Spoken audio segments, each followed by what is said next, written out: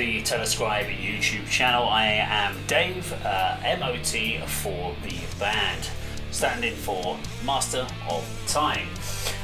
Today I'm going to give you a bit of a gear rundown on what I actually use. This is my current kit. I have had multiple kits over the years, so today I'm just going to take you through what I'm using, what symbols I use, etc. So let's talk about the main shell of my kit. So I have used previously in my time, I've used Pearl exports, I had a Pearl forum, and I had a D-drum kit, a double bass kit, which I used for many years in previous iterations. Currently, I am using a Mapex Horizon kit, and there's a couple of reasons why I like this kit. One, I like the look of it. It's also very lightweight. It's 100% basswood kit. It's very light. It gives you very bright tones, so it's not very dark. And this works really well with the Scribe sound. So the Scribe sound, we've got a lot of low-end doom. Now, if I put in let's say an oak kit, a mahogany kit, what I'm going to tend to get there is lots of deeper tones, and that also relates to my shell kits as far as my sizes. But you tend to get this really kind of deep tone. Now, for me, I didn't really want that. I wanted something bright, so when I use the tom fills, etc., I am counteracting what the guys are playing on the low end of the bass with, and the tunings, because we tend to be playing pretty much everything in. It's either going to be, if we're in standard 6 string, we'll be in Ds. Otherwise, we might be in either A or B if we're on the 7 string. As far as my tuners, my tom setup, so on my previous kits, I would have been sort of 13s, 14s, 16s. I now use a 12-13 for my rack tom, and I still use currently actually it's a reduced 15 on the floor, not a 16. So again, not quite as low end as you'd expect. As I said, I'm using basswood on all the shells. Now, skin wise, we've got currently Remo Weather Kings on these. I'm really not a fussy tom skin.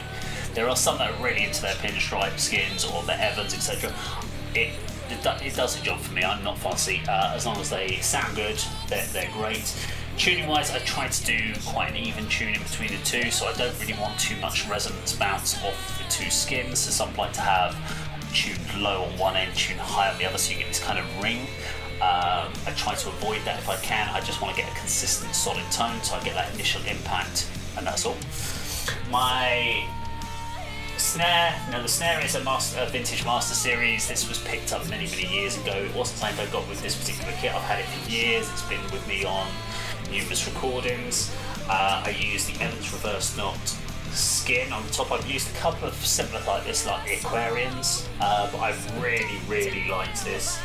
And it was the previous producer that I've used, a guy called M.O.T, who's done production and mixing and mastering for My Dying Bride, and obviously his own band Kill to This, who really talked to me about skin tension, tone of the snare.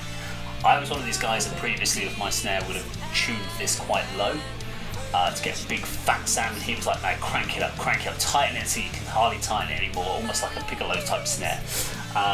So I've kind of gone down that mentality. I still don't go as high as I did on maybe some previous recordings, but I do tighten this up really nice and tight so I get this real crack of the snare drum. As far as cymbals, now, historically when I first started, I was a Zildjian guy, and I used a lot of Zildjian, but I also have a big bag full of cracked cymbals. So I'm not really, I've still got a Zildjian in my mix, but many years back, maybe about 14-15 years ago, I replaced a lot of my kit. So going from the hi-hats, I've got the B8 hi-hats, and you'll actually see that the B8 represents on multiple different ones. So I've got a B8 hi-hat, I've got the B8 fin crash, which is not used as one of my main crashes. So my main crashes are these two at the side. So I've got this one, which is my 16, and I've got the 18 over here, which again is one of my main kind of power crashes. So these two here. Fast crash is just for if I'm moving between multiple cymbals, then I will throw the fin 16 in just to try and lighten out the tone. I've got the B8 So this is the ride, the 20-inch rides from Sabian. And basically I bought this B8 pack because I'd cracked so many of my Zildjian cymbals and it was a good deal. I bought it without really thinking much, had some gigs coming up. Wanted to get the gear, get the equipment, and actually I've used them ever since, so they've never cracked. They've done a great job for me and I wouldn't change them. I just wouldn't go back to Zildjian because I cracked so many. I should talk about my other one here, which is the PST Rock Crash from Paste. Again, a wonderful cymbal. I've had it now 15 years, never cracked, never damaged it. Saying that, I'll probably damage it now on the next one. And it's not like I use a different set for live versus rehearsal, it's the same sets all the way through. I do have one Zildjian, which is my Z Custom Splash. Don't use it very often. There's a couple of songs that this occasionally gets used in, but generally will work off the crashes. And my favourite, which is my Classics Vinyl 18-inch China. Now, I use the China a lot. It's my real big definition piece. So if I really want to kind of get something that's going to crack through with much more brightness than my crashes, I'm going to be aiming for that. Use it in a lot of songs. Crashes I tend to be my go-to. A lot of drummers like to really use the crash as their main kind of, almost their timekeeper cymbal. I don't tend to use that. I use my ride. So I use the ride just to give me kind of definition, fullness of sound without that over the top, just the power of the crash. The crash gives you that massive impact with a little bit of decay. So it's like, whereas the ride is like, it's got that sustain, it's got that reverb, it's going to keep playing. So if I'm playing off that, it means it's filling out that whole range for me. And of course playing off the hi-hats as well would be the other thing.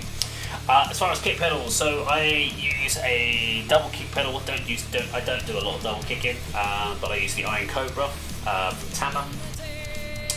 I've tried a couple of different kick pedals, but to be quite honest, for the last 20 years I've used the Iron Cobra, same pedal, and it's done me absolutely fine. As far as rest gear, we've got hardware stands. The only one I'm going to talk about here, I mean, this is just standard stuff, but my DW Simple Tree, absolutely love it. Something I take to rehearsals, so even if I'm using the house kit, that will come with me because one tree, 3 cymbals on it, perfect. And then finally, the last thing to talk about is my sticks. So these are batters. I've had a few different ones. People talk about like 5Bs and so forth, etc. I don't work with any of those. I'm not really a nylon tip playing kind of guy, so I use Timbale sticks. I prefer the tone. I prefer the power. I actually use 1/2-inch sticks, so they're slightly thinner. So they're not as thick as you'll see these other ones, these big chunky sticks. I just find that I get a lot more momentum, more speed. I can still play the way I want to play. They don't break. I haven't had one of these break on me yet. I don't need that. If I was a jazz player or something like that, I might use something with a bit more of a nylon tip to get a definition. For Scribe, when you just need to bring the power, bring the thunder, as they say, these little 1/2-inch Timbale sticks does the job.